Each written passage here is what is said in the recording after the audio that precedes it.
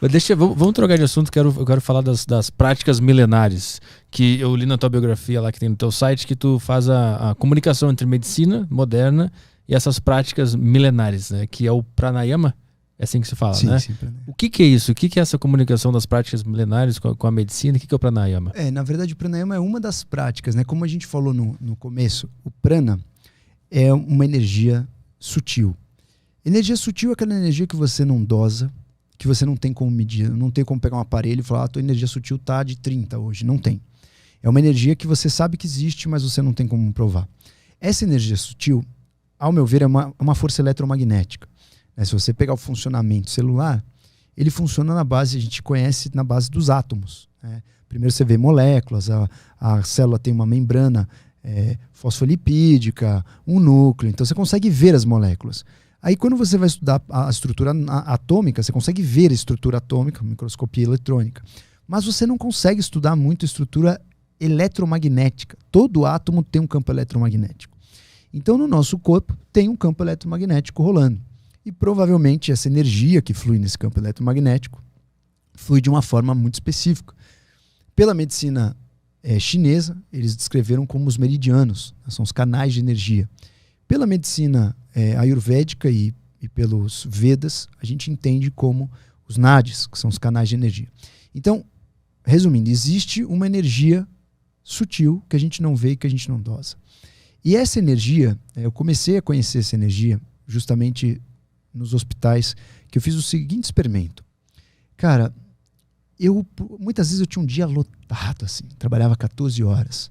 Chegava em casa, pilhado, sabe? Eu trabalhava no pronto-socorro, tal, atendendo o dia inteiro.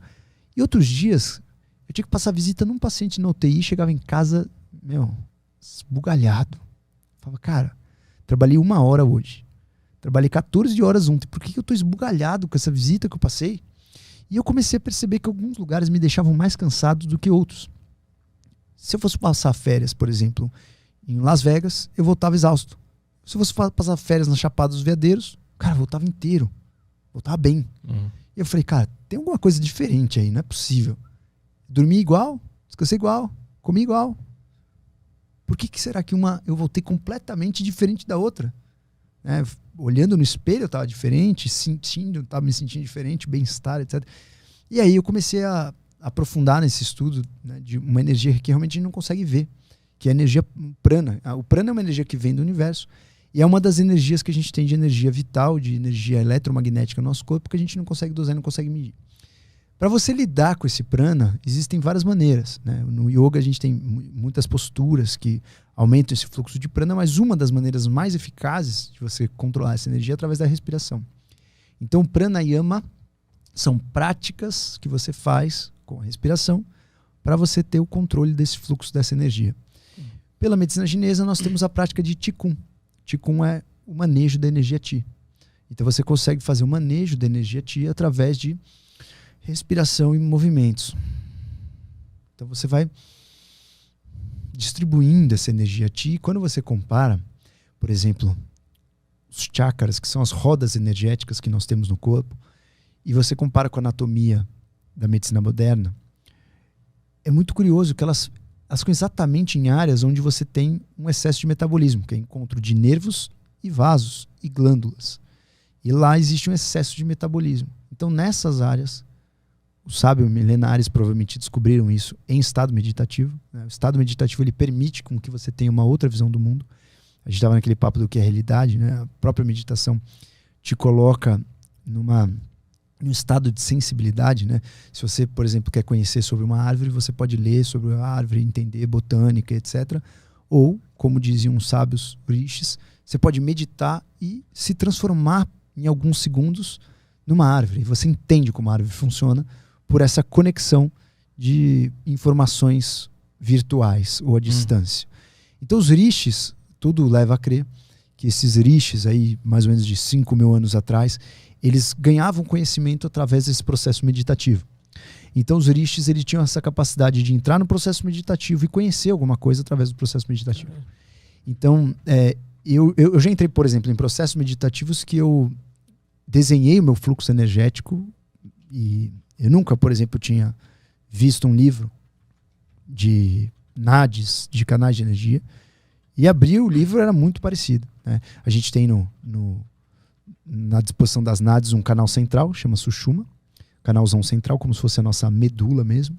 E cruzando na medula a gente tem Ida e Pingala, que são 2 canais que vão cruzando e vão ascendendo para a gente trazer energia feminina e masculina, positiva e negativa. Então a gente tem esses 2 canais que são menores e que ascendem por volta de um canal central, como se fosse uma estrutura de um DNA cruzada com um canal central.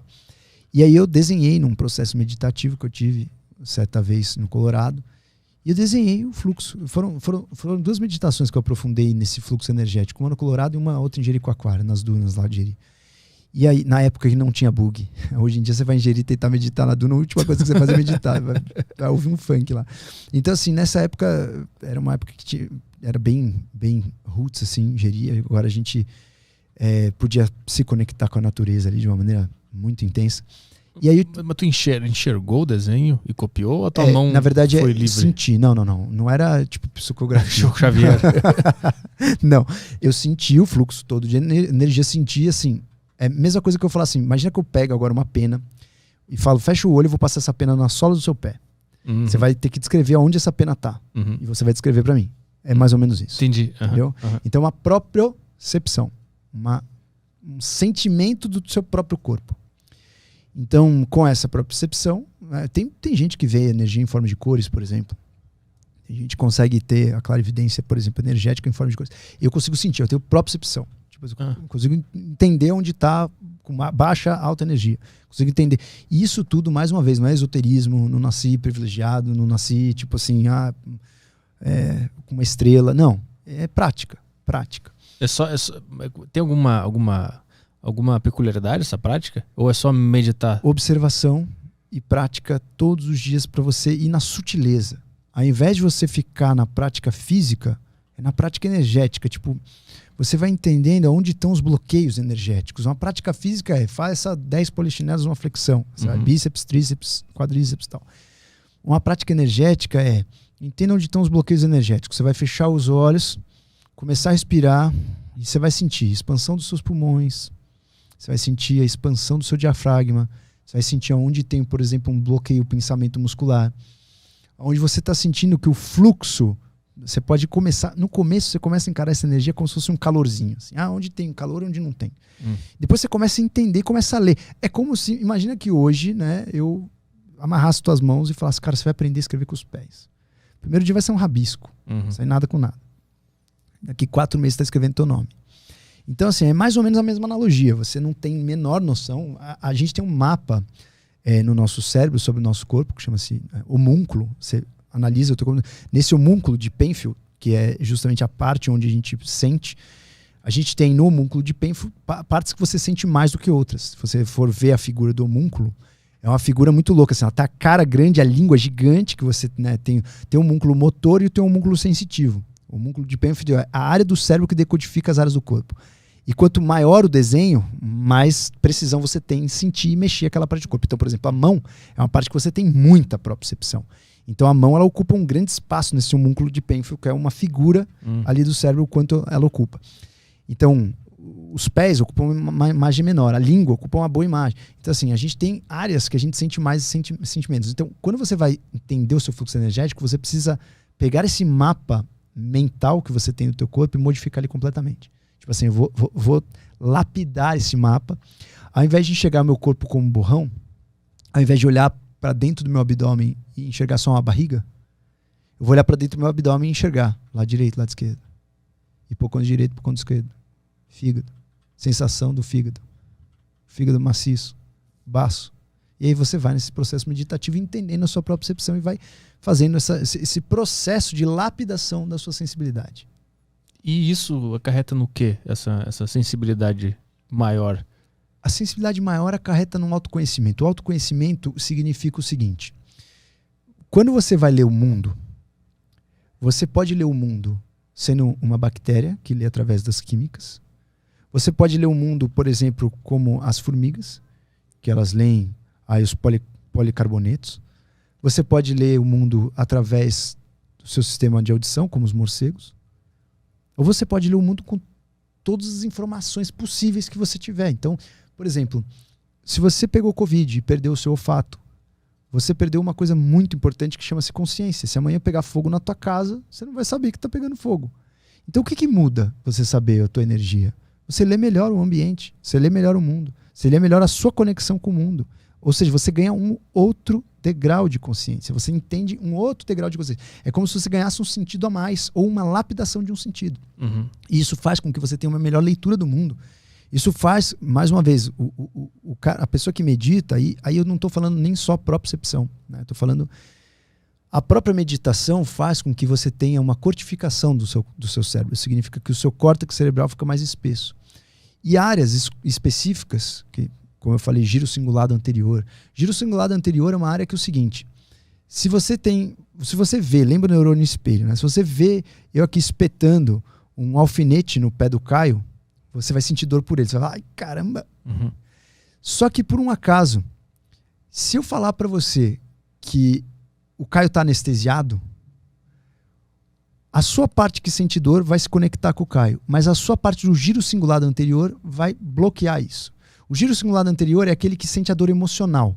Se você chega aqui e o Caio está triste porque acabou o namoro dele, você vai ficar triste por ele. O giro cingulado anterior vai ativar. Se você, por acaso, passar um anestésico no pé do Caio, o seu giro cingulado anterior não ativa, mas a dor dele ativa. A dor dele e a área da sua dor mais precária. Então, o giro cingulado anterior é como se fosse uma área que vai se colocar um pouco no lugar do outro e sentir um pouco a dor do outro, resumindo. Só que não é a dor física. Ela é a dor além da física. Ela é a dor emocional. Primeiro a gente tem a dor física, depois a dor emocional, depois a dor moral. Né? A dor moral. Tipo assim, o Caio não só terminou o namoro, como ele foi injustiçado. Ativa mais ainda o seu giro cingulado anterior.